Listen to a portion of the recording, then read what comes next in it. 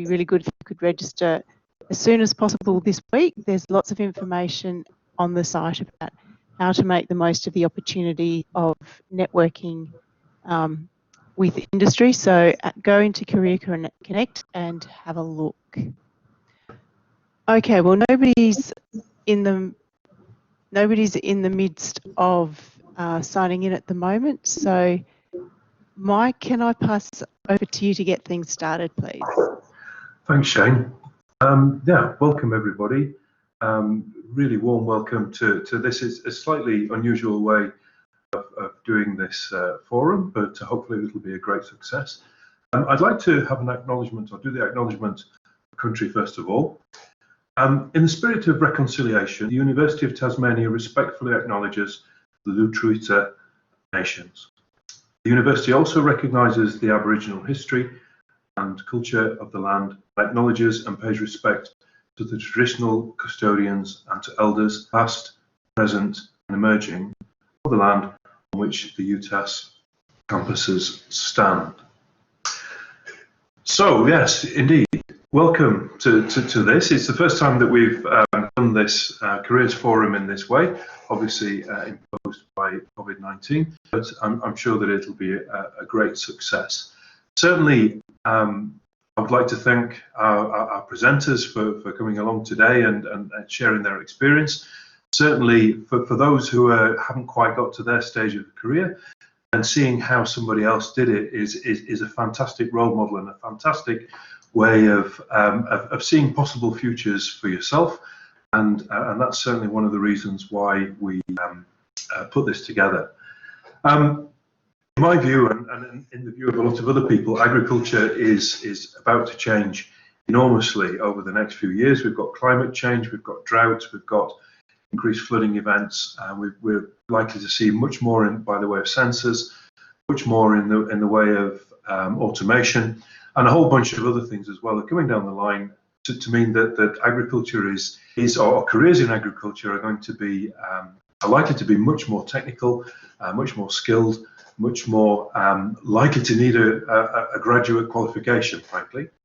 And with that in mind, it's nice to see kind of how the future might unfold for our current graduate students, for those who have recently gone into industry. So with that, I'll pass back to Shane, other than to say thank you for joining us. Thank you to our speakers for speaking, and yeah, I look forward to listening to this afternoon. Excellent. Thank you, Mike. We also have with us this afternoon Al Gracie, who's our Associate Head of Learning and Teaching in TIA, and most, if not all of you, will know Al from teaching around the school in one role or another. So Al, can I ask you to introduce our panelists, and they will give us a bit of insight into their careers. Excellent. Thank you, Shane. It's a real pleasure to be able to introduce our panelists today. So thank you for coming along, to the panelists in particular. So we have two Olivias. Now, I'm going to call one Liv, and so that's going to be Liv Woodiwiss, which most of you will actually know online, because Liv is currently doing her honours and graduated last year in the Bachelor of Applied Science, Business of Agriculture, and had an interesting journey into studying agriculture indeed, and has a background in work history prior to that. So I'll get Liv to explain a bit more about that soon. We also have Olivia Churchill, who studied Bachelor of Science with us and completed a degree in, I think it was 2012, before doing then honours with us and studying microbiology of salmon, I understand, supported by Huon Aquaculture. Now has a role with the Tassal group as a system analyst. So we'll hear more about Olivia and her current role and her pathway into that particular position. And we also have Rowan Kile with us. Now, I remember Rowan as back in the days when I was an undergraduate student here at University of Tasmania. And so, Rowan, I put my thinking cap on, and I think it's about 25 years ago that you completed your degree with us. I know that you're originally from southern parts of Tasmania, heavily involved with perennial horticulture. I think you worked with Hanson Orchards for a while before then working with GSK, one of the large pharmaceutical companies, for about 16 years or something like that. But now is currently one of the horticulture managers with Costas, and so leading quite a large program on the northwest coast. So I'm going to ask each of our panelists to ask them to share a little bit more about themselves and their current occupation and their journey to getting to where they have. And I'm going to start with the one who's had, I guess, the longest career to date. So Rowan, I think that's you. So if I could ask you to share a bit about your journey and pathway into your current role and activities. Rowan, we can't hear you, or I can't hear you anyway.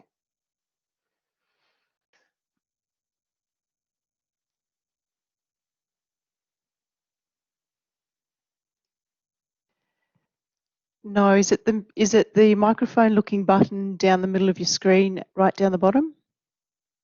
Does that have a line through it? I can see the microphone's on for Rowan. Want to turn it back on again, Rowan? No. What we might do, Rowan, I see you have a bit of technical difficulty there. We might jump to the next person then, to Olivia Churchill. So, Olivia, if you could share a little bit about your journey and your current activities within the Tassal group. Cool. Can you guys hear me? And indeed. Woohoo! Hey everyone. So, yeah, I'm Olivia Churchill. I'm the systems specialist at Tassal. So for those who don't know, so Tassal is a seafood company where they farm both Atlantic salmon and tiger prawns now, as well as manufacturing seafood. So in 2012, I graduated with a Bachelor of Science, majoring in both zoology and microbiology. So at the end of my studies, I decided to do my honours project in food microbiology, as this was something I was quite interested in. So I approached my honours supervisor, Mark Tamplin, requesting to do a project that would benefit the food industry, and luckily he had something that was perfect for me. So in 2013, I did my honours project alongside Huon Aquaculture, as Al mentioned. So Huon Aquaculture is the second largest Atlantic salmon producer in Tasmania behind Tassal. So the main project was micro and sensory spoilage of Atlantic salmon, so where I exposed salmon to different temperatures to determine the rate of spoilage. I was going to say Shane was one of my honours supervisors, and she had the fortunate pleasure of participating in various sensory evaluations, and I know from time to time they were quite stinky. I also did a side project where I inoculated pieces of salmon with Listeria monocytogenes and determined the rate of growth at certain temperatures. At the completion of my project, I presented the data to Huon Aquaculture. They were really happy with the work I'd done, and they actually offered me a job at the completion of my project as a lab tech. So in 2014, went and did some traveling, explored the world a little bit, and then I heard from Huon, and they're like, well, we don't really have a lab tech position for you, but would you like to be a quality assurance officer instead? And I was like, you know what? Yes, I'll definitely give that a go. So I moved my life to Devonport, and basically I started my role as a QA officer. So it was very factory based. So I would go out onto the floor, checking the salmon, just checking product temperatures to make sure it was safe.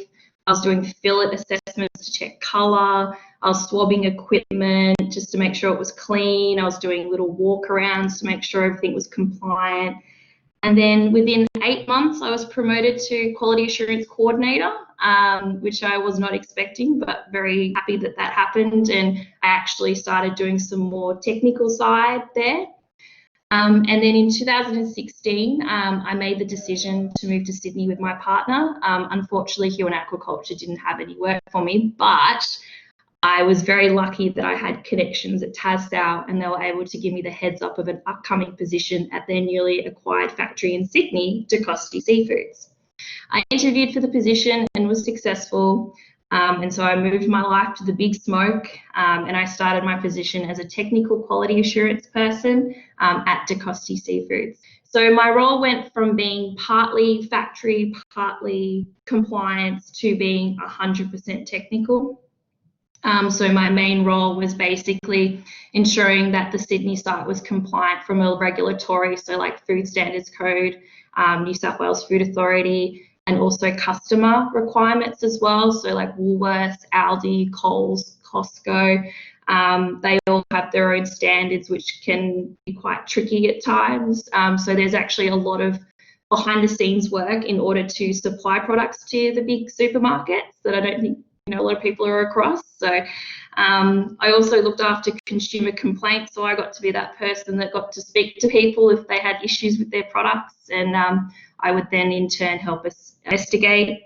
I also, just to kind of maintain my micro roots, I'm actually assist with the testing and sampling program here at Tassal, so I'm still able to use my degree, which is really good. I'm kind of like a little bit of the guru in the business when it comes to seafood micro stuff. And I also look after supply management, so making sure that the raw materials and the packaging that we purchase is safe. And that also involves doing audits. So I actually get to travel a bit with my job, which is pretty cool. So I get to go and see other factories and see how they run. And then in 2018, my scope got a little bit bigger. So I also now look after seafood sustainability. It's a big thing now for our consumers when they go into the supermarket purchasing seafood, whether it's sustainably caught or farmed, that sort of thing. So I also look after that.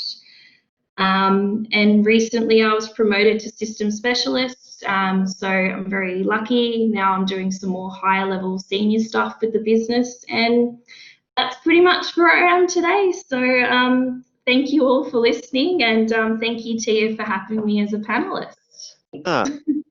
Thank you, Olivia. It's and for a very thorough introduction too about your background. Can I ask just a really quick question? And that is, obviously you did honours with a company and managed to get some work in that particular company, then into that field. During that honours process of studying with them, did you start that relationship then? Like, how did you go about that? I think it was really my honours supervisor that kind of introduced me to human aquaculture, and they were quite actively involved in the project, which was really good. So they actually supplied the fish that they allowed me to temperature abuse, and then I actually presented my findings. So I was actively engaging with them, and I think they saw how passionate I was with the project, and it was presented like my findings, and they said this is awesome. So I was very lucky to get a job out of it. No, excellent. Thank you, Olivia. We'll just see whether or not Rowan's back with us. Rowan, are you able to speak? Have you got me now, Al? Is there any volume? Yes, we can hear you, Rowan. That's excellent. I've gone back to basics, stripped away all the technology, and that probably reflects the age of graduation as well. So We'll say no more about that. But Rowan, would you be able to share with us about your journey? Obviously, you finished the Bachelor of Agricultural Science about 25 years ago. And yes, I think the question was, what did I study? There was only one option to study when I was there, and that was a Bachelor of Ag Science all those years ago. Thinking about this over the weekend, it was a fairly academic year that I went through. I think there were only 11 or 12 of us that ended up graduating, and a lot of those guys went on to do further honours or further studies. Quite a few PhDs and things came out of that year. I wasn't quite of that mould. I was more commercially oriented. I knew that I wanted to get out and apply what I'd learnt. I probably only knew two things at that stage. I didn't want to work for my dad, and I didn't want to work for the government at that point. So I had a drive to get out into commercial ag, which worked well for me. I moved to the northwest coast, as you said before. I was based in the south, and the family history's there. But I came up here largely without a job, and in those days, you really had to tread the boards to get your resume around. 25 years ago, agriculture wasn't really thriving. It wasn't bursting at the seams, and there weren't the opportunities that are around today. So it really was a matter of getting out and knocking on doors, making appointments with people where I could, and when a job came up, there was usually quite a few applicants. So if you'd done some pre-work and spoken to people and got your name around the place, you had a bit more of a chance. I think 3 months after graduating, when I was grading carrots for VCon, I was sort of wondering what I'd done with the last 4 or 5 years of my life to get to that point. But I landed the job with Roberts, then as a commercial agronomist, and that gave me a really good, I suppose, exposure to ground level agriculture up here. I was working across a large number of crops and pastures. I was working with a large number of commercial farmers, and it taught me a lot in terms of how to interact with people, how to make my way in the agricultural circles up here, and also a lot agriculturally and agronomically around how crops work, how commercial production works, and the key things that have to happen. I enjoyed 6 or 7 years there with Roberts, and I moved into managing their agronomy division for a while there.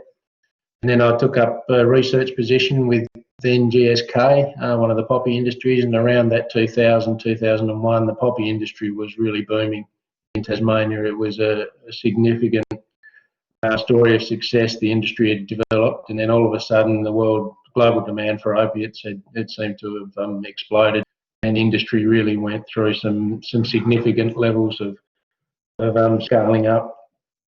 I joined there in an R&D position and was able to undertake agronomic R&D on poppy production for 3 years. And then the opportunity came up within that business to manage field operations. So I did that role for another 12 or 13 years and thoroughly enjoyed that commercial scale side of agriculture, and the fact that it was a very vibrant and thriving industry. Also the fact that it was providing the cash flow to a lot of farmers across the state to develop their operations as well. So a lot of infrastructure went in off the back of poppy crops. A lot of the development that we see today in terms of irrigation and on-farm development happened as a result of that. So that was a really, really interesting and vibrant part of my career. I started to become more business aware at that stage, not so much horticulturally focused, but it was always good to have a scientific background and understanding of how plants work and how crops grow, and at the same time be managing a bigger group of people and become more business aligned with the business objectives. And that's one area that I suppose has developed through my career. After 15 or 16 years in the poppy industry, I took a long service leave and a bit of time to think, and I decided that it was time to make some changes. As you said, Al, I left the poppy industry. I went to work for Hanson Orchards, probably as an interim measure, but 6 months there was quite enjoyable, and it got me back to some perennial horticulture, which I've also enjoyed. And then since then, I've moved into the Costa business, which again is a developing and thriving part of the agricultural scene at the moment. So the idea of intense protective cropping was one that's appealing to me. I started here 2.5 years ago as the Horticultural Manager, and then 2 years, well, I was in that role for 6 months, and then 2 years ago I moved into the Operations Manager side of it. So again, more of the business focus, but really handy to have a horticultural and agronomic understanding on how things work. Costa is a big business with a lot of moving parts. My primary role at the moment as Operations Manager is managing across 6 farms that we've got. There's a lot of moving parts in all of that, but making sure that not only have we got a crop to harvest at the end of the day, so all the horticultural things happen as they need, but also very focused on the business side of things and making sure we meet budget, we cover our costs, and we make a bit of profit at the end of the day. The other thing to add in that is all that was happening, I was also sort of concurrently involved in the family farm, which was a true passion. It was a traditional apple orchard in the Channel, south of Hobart, and we undertook the process of converting that over a 10-year period from apple production, which was sort of pretty stagnant, and given the scale that we're operating at, probably not viable, to a pretty good cherry operation in the end. So we went through that conversion and ultimately ended up in the sale of business as a going concern. So that was the other thing that kept me busy. Excellent. Thanks for that, Rowan. I'm also, oh, do you want to just put yourself on, are you echoing? No? All right. I realised too, Rowan, that part of your role that you do actually seek out and employ graduates from our program, as well as other universities as well, but we'd like to think that graduates from University of Tasmania are ones that you do primarily seek. So, Rowan, tell us a little bit about, the process by which you, I guess, advertise the roles in order to attract the right sort of applicants. Like from Costa's perspective, what are you, way you go about things, and what are you looking for? Yeah, I'm fortunate that Costa have got a pretty good view of graduates and the need for horticultural graduates in our business. We run a couple of scholarships with the university, which I think are quite valuable from both sides. Not only provide some finance for students studying, but it gives us an early look at who's coming through and what sort of skills and what sort of natural application they've got in terms of horticulture. So we're looking for people there which obviously have an interest in horticultural crops and intensively managed horticultural crops. Probably the skills that graduates are coming through with at the moment, I'm forever being impressed by recent graduates that we've got in our business, and they've been in our business now from say 2 to 5 years.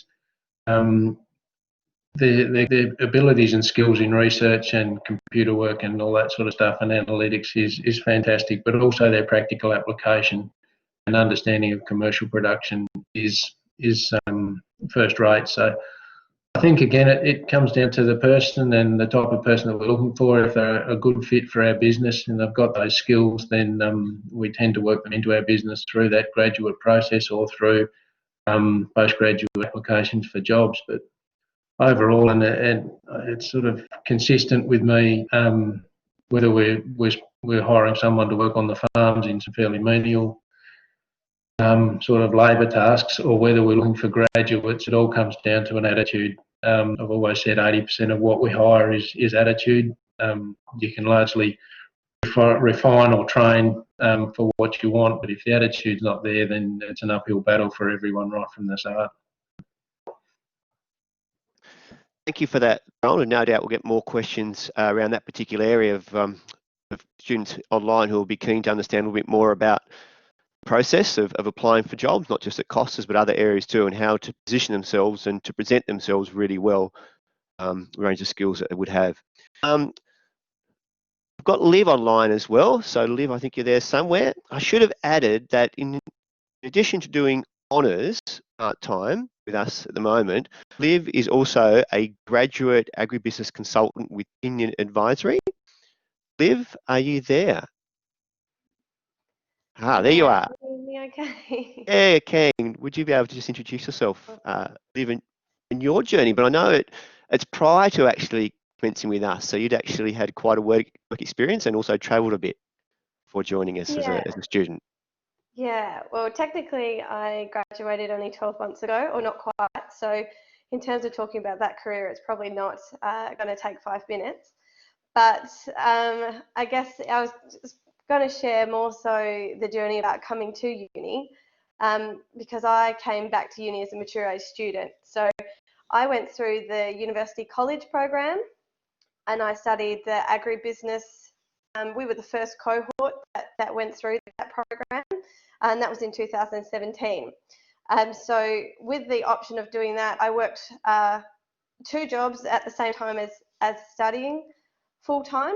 I worked in hospitality and also at a winery as well, in Pipers River.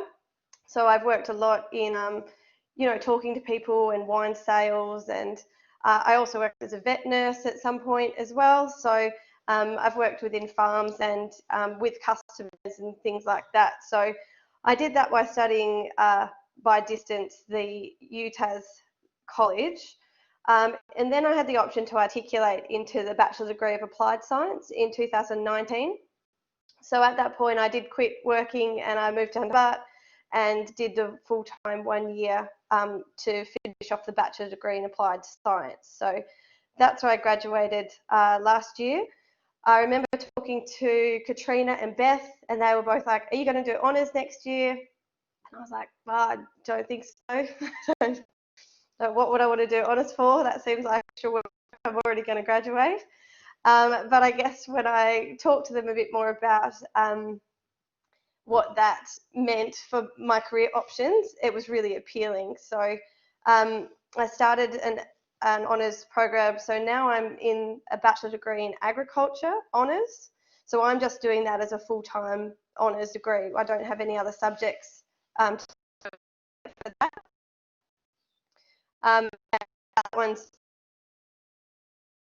research project which is based in Vietnam, about looking at intensifying beef cattle production in some of the poorest regions over there. My graduation for that should be in May next year, we're looking at.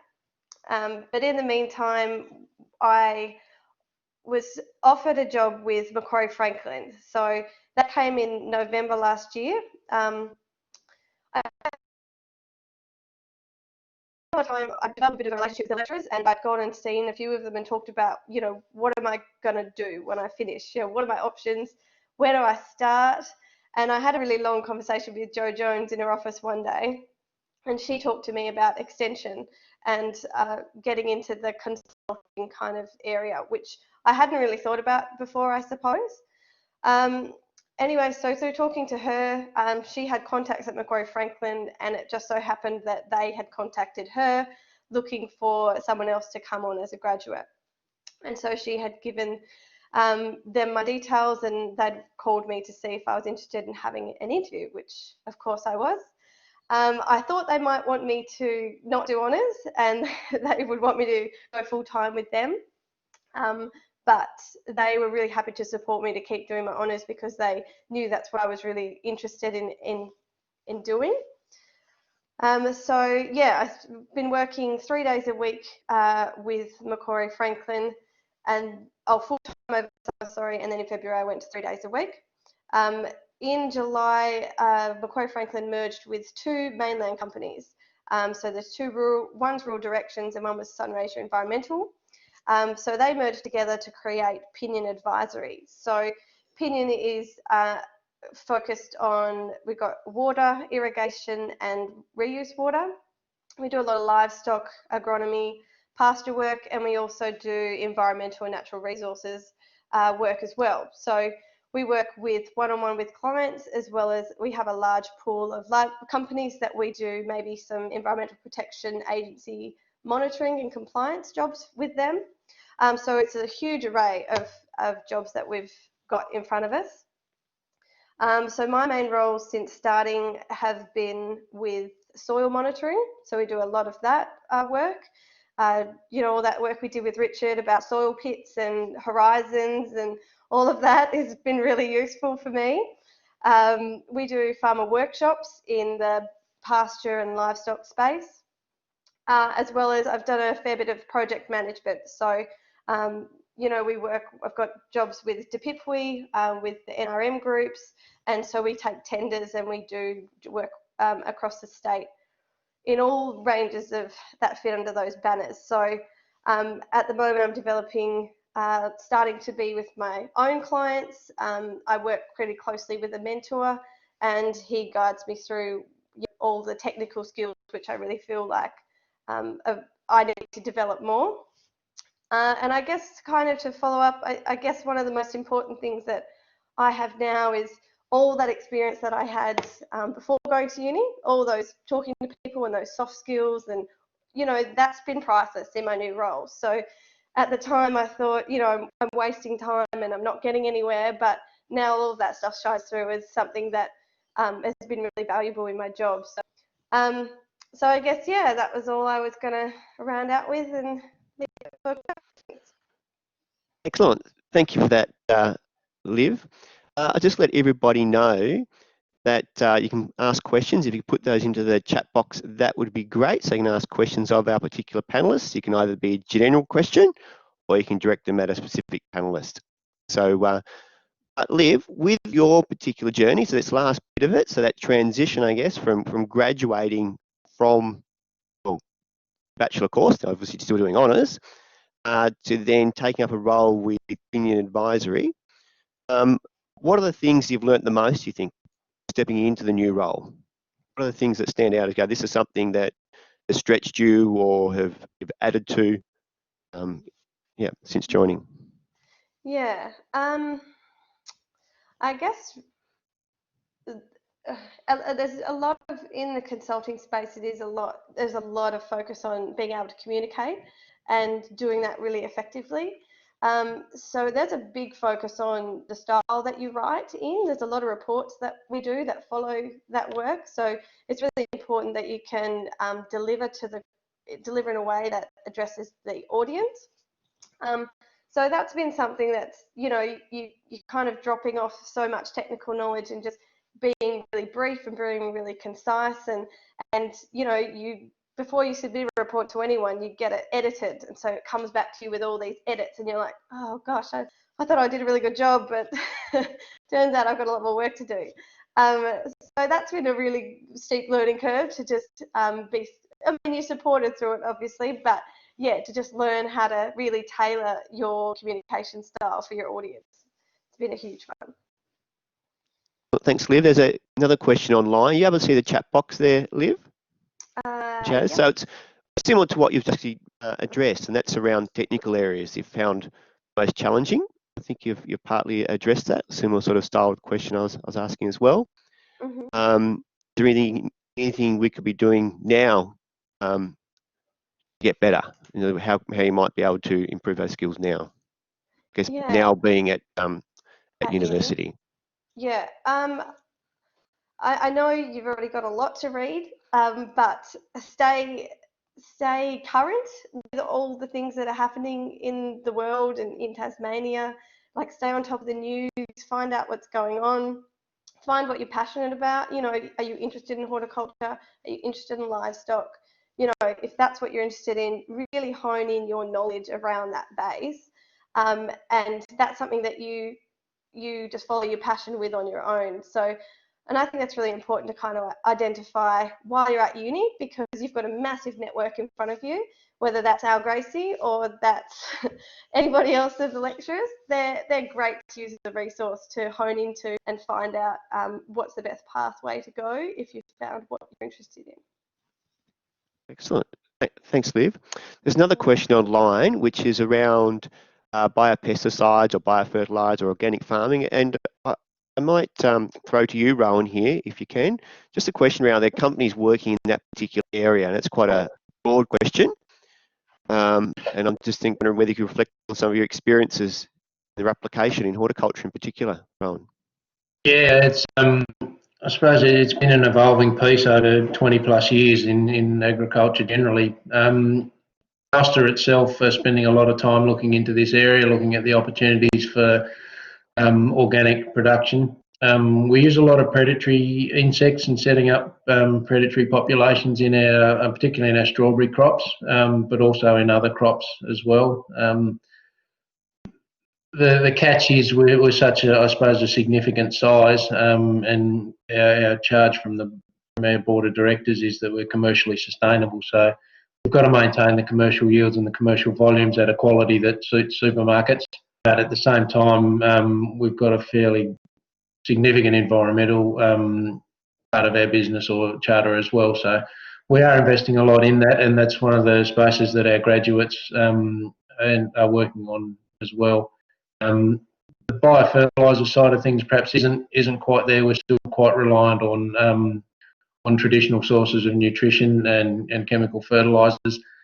And I think given the nature of a lot of our production now is in substrate as well, we've got to be able to deliver that nutrition efficiently, and we haven't been able to find a biosource that can do that at this stage. And the question just added to that, Rowan, is around, do you see this as a potential growth area for the sector? Yeah, certainly. As I said, we've got people focused on it within our business. We're always looking for those options. Part of our business directive now, we have quite a sustainability challenge, and the board, that's come from the board down. So they're now saying that the environment and the sustainability side of things for our business, where 3 to 5 years ago that probably wouldn't register on a board paper, is now one of the pillars of our business challenge. So There's a lot being directed in those areas, and any of those things that we can do to reduce our reliance on current chemical solutions certainly gets a look. Yeah. Thank you for that. Have we got any other questions out there? Now, Olivia, I think you might have logged out and back in again. Are you still with us? Olivia Churchill, that is. Yeah, sorry, internet issues. There you go, the challenge. Now we mainly have people studying agricultural science online, but within our program we obviously have microbiology and food safety, and of course all those things do actually go together, and so applying them across to aquaculture makes sense as well. You know, the same sorts of processes and principles at play. In your particular roles that you have, do you want to outline a little bit more about what you do? Because you sit in a very important role, a different sort of role that we often hear about, and that is around really that quality assurance, because it is about protecting the image of a particular company, and it really does, I think, add to the question we have about use of biopesticides, organic farming, and so forth. Can you explain a little bit more about what you do and how that's a safeguard for the companies? God, I was trying to be very broad with what I do, but I guess like I was saying earlier, so obviously there's I'm very technical based, so I'm basically making sure that Tassal is following all the legislation there is. So there's the Food Standards Code of Australia and New Zealand, which you can access online. We also have each different states have their own governing bodies for food safety. So being in Sydney, we've got the New South Wales Food Authority. They have their own sort of regulations that we need to meet to make sure that the food that we're supplying customers is safe. And then I also look after customer specific ones as well. So if you want to supply Woolworths, they have their own list of food safety rules that we need to meet as well. So I know I could probably talk all day what I do, but I'm trying to keep it as broad as possible. But it's kind of very legal, I guess. The legality side of things, I'm just making sure that we meet all them, and that we continue to sell safe food to our consumers so that they can eat. What do you enjoy most about what you do, and where do you see yourself going in the future? I think what I really like about it is that I work in a very reactive space. You know, each day is different. You try and come in and go, I'm going to do A, B, C, and D today, but unfortunately, being in food manufacturing, things do change. But I quite like that, and I like the ability to be able to travel as well. I find that really exciting. I was actually meant to go overseas, but you know, COVID happened, so it is what it is. So, where do I see myself? Actually, from the get-go, I've always wanted to, since I started in quality assurance, I actually want to be a quality assurance manager one day. So I've been very grateful working for Tassal that they've been very supportive of that, and they've been offering me more leadership roles to get towards that point as well. So that's pretty much. And then probably after that, I'd probably like to be an auditor, I guess. Thanks, Olivia. I think this question is directed towards yourself. What technical skills for the role you are currently in did you get from uni? Did you get most of the skills you currently utilise from degree, or you've just added to those? It's probably, to be honest, there's a small part. So obviously with my honours project, I heavily dealt with predictive microbiology, determining shelf life based on microgrowth. So I do a little bit of that here. So I partake in the sensory programs and the testing and sampling programs here. So I do bring a little bit of my microbiology background. So that's that. And there's the next question around sustainability. Okay. So MSC actually stands for Marine Stewardship Council. So it's a type of sustainability accreditation. So that doesn't really apply to Tassal because Tassal is farmed. So we actually have ASC certification, which stands for Aquaculture Stewardship Council. So yes, so Tassal does have some of its farms and processing facilities as ASC certified. We also have BAP don't know if anyone knows what BAP is. That stands for Best Aquaculture Practice. So we've got some farms with ASC certification, we've got some farms with BAP, and then our processing, we're in the process of getting our processing facilities to be aligned with those as well, to make sure you get that full chain of custody from farm to processor, that the seafood is sustainably sourced. Thanks, Olivia. Now, of course, we've got a lot of students online as well, and I might direct this question to Rowan. I guess that's landing that first job in your actual profession. You mentioned a bit about your journey, not wanting to work with your father, I think it was. But can you tell us a little bit about what you would encourage, potential graduates to actually do and go about an opportunity to get that first job? Would you encourage, obviously, you're going to apply for positions that come up, but would you encourage them, for example, to put together their CV and drop them in at different companies and start a discussion? What would you encourage? Yeah, I think I'd definitely encourage that that bit of effort to make a face-to-face contact and go to the effort of making an appointment to see someone, dropping a resume off, and having a discussion around what you've been doing, where you want to go, what your career aspirations are, that sort of thing. There's a number of jobs in agriculture in general and in horticulture that don't get advertised, and they're largely picked up on from people that have shown that willingness and that bit of extra effort to make that effort and make the contacts as well. It's a bit overwhelming when we do advertise, because we can tend to get 60 or 70 applications and be a broad range of applicants that put in for those jobs, and there's a fair bit of work in sifting through all that. And I won't say we sort of cut corners, but if we've had someone in our office prior to that shown some real enthusiasm and some willing, it can circumvent part of that process, and we're likely to put them on the list even before we sit down and start screening the others. Or it can end up being a matter of just making an offer or getting them in.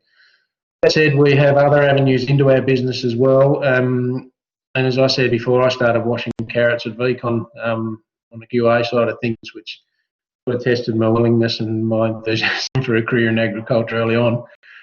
But we have people that come into our harvest operations at this time of the year, and they'll work through the summer. A lot of those, anyone that shows enthusiasm and willing and a practical application, will often move through from a picker to a supervisor to a harvest coordinator type role, and that opens doors for people in other parts of our business. So there are different avenues in, and I think if you can make an initial contact and get that physical presence and get your face in front of someone, it can help. Thanks for that, Raoul. What percentage of people, at your point, say for example, into professional positions, will be people that have advertised for a job versus those you've come through another avenue, whether that comes through as a picker through the system, or have walked in off the street more or less to put their resume down in front of you and you've read through it and started a conversation? I think we probably had sort of contact or pre-exposure to about 60 or 70% of the people in our business. And again, that's where our scholarships and our honours scholarships particularly have worked well for us. We get that early contact, we get an understanding of what people are like, and they also get a bit of a look at us and how we work and what we like to work for. And that one's been quite valuable, but I'd say it's over 50%. People in our business have worked in another role or have made some contact in some other way before positions advertised. Yep. And you're predominantly taking on graduates, or is it people that have worked elsewhere previously? What would be a dominant, group of people?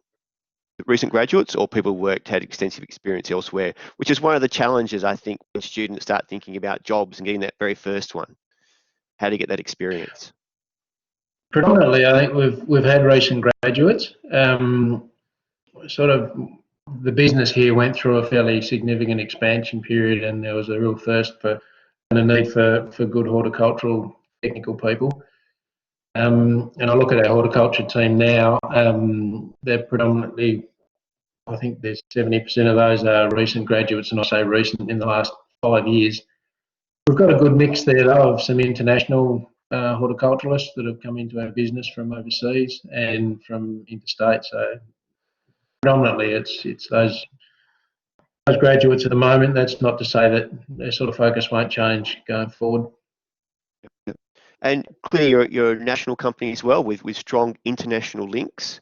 Are there a lot of opportunities to move around with inside the company, so nationally or internationally? Yeah, certainly. We've got farms up the eastern seaboard from here in Tasmania to far north Queensland. We've got some things happening in pretty much most states, bar the Northern Territory.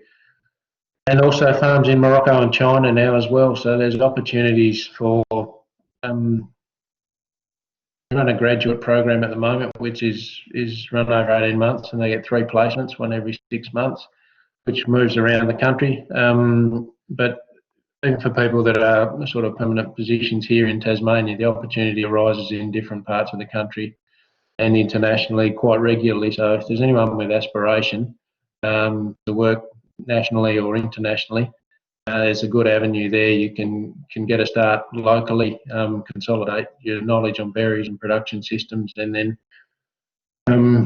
current climate's not that conducive, but if anyone wants to put up their hand and go to China or Morocco for a stint, then there's that opportunity as well.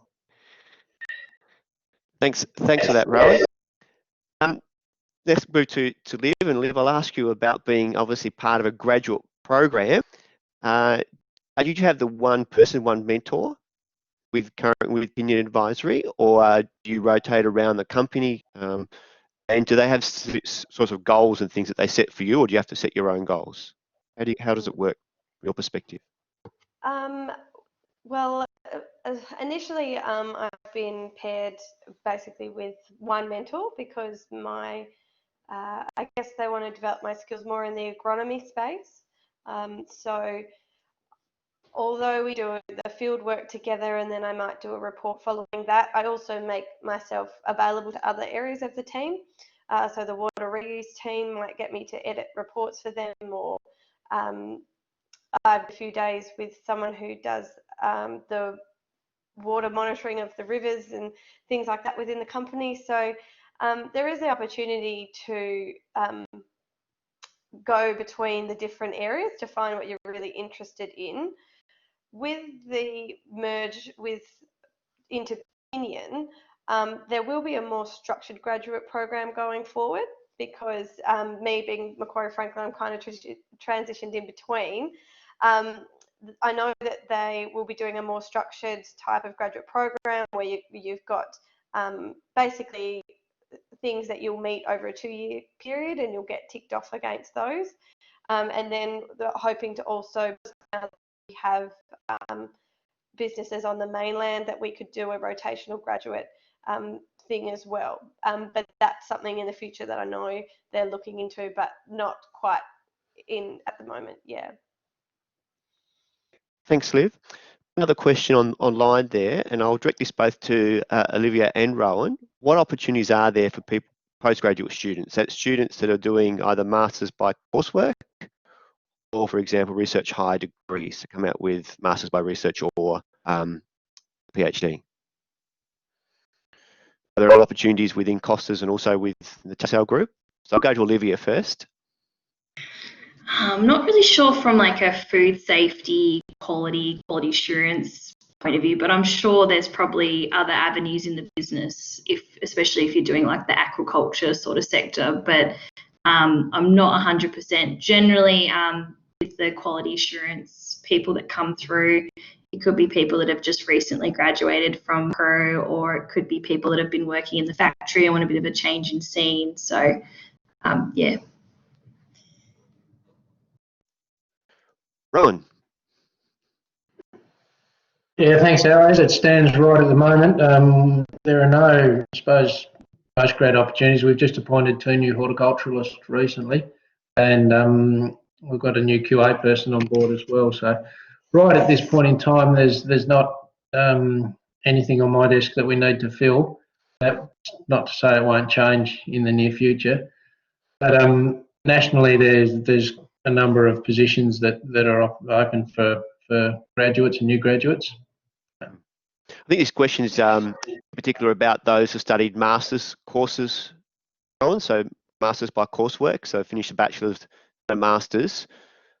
Does that set them up a bit better, perhaps, with inside companies? Not necessarily better. We're fairly commercially focused, and we need, I suppose, there's not a lot of differentiation between masters or just a graduate that come into our business. I suppose being a commercially focused business, we tend to we do a lot of R&D or research work through our undergraduates program, and we're not about doing 3-year research programs. We want answers commercial that we can implement commercially pretty short term, sort of over a season, or we can learn what we need to learn over a season. And our undergraduate research tends to suit that very well. They can be focused on a project like that. We can then work with the results to implement that commercially. We don't have sort of an ongoing research section in our business. Okay. So you do outsource a fair bit of research?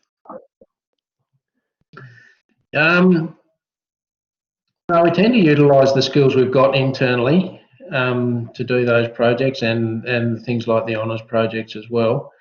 We engage a number of consultants globally on general on different crops, and they tend to be fairly expert and have that arm into sort of university research that's going on in other parts of the world. Excellent. Now, I do realise that it's almost 2 o'clock, got about 6 minutes to go, and some of the students will have classes and things to get to as well, so might find some people dropping off. So we might just bring this to an end, unless there's one last burning question out there among the students. If not, we might just bring this particular part of it to an end, and I might welcome back Shane, if you are there, to perhaps tell us a little bit more about next week's activities. Thanks, Al. Thank you, Rowan, Olivia and Liv, for all your insights this afternoon. That's been really interesting for me to hear, as well as for the students, I'm sure. Now, students, before you disappear or later on, there's currently a slide up showing you how to register for next week's forum, in which you'll be able to chat directly with some employer groups. It's through Career Connect. You will need to register and log in. There will be emails coming out this week as well with directions on what to do. So please come and register. It will be a great opportunity to network, even though it's online this year rather than being in person. We still have some employer groups lined up to have a chat to you about their industry. So thanks again to the students for coming along, to Mike and Al for chairing the sessions for us, and to our panelists. Thanks very much. Excellent. Thanks, Shane. And again, thanks to our panelists, in particular, Rowan, Olivia and Liv, for all your contributions. It's really valued. And to the students, thanks again, and other support people as well. So just a reminder to register for next week, and we shall sign out. Thanks, guys. Thank you. Thanks, Al. Thanks, guys. Thank you. Cheers.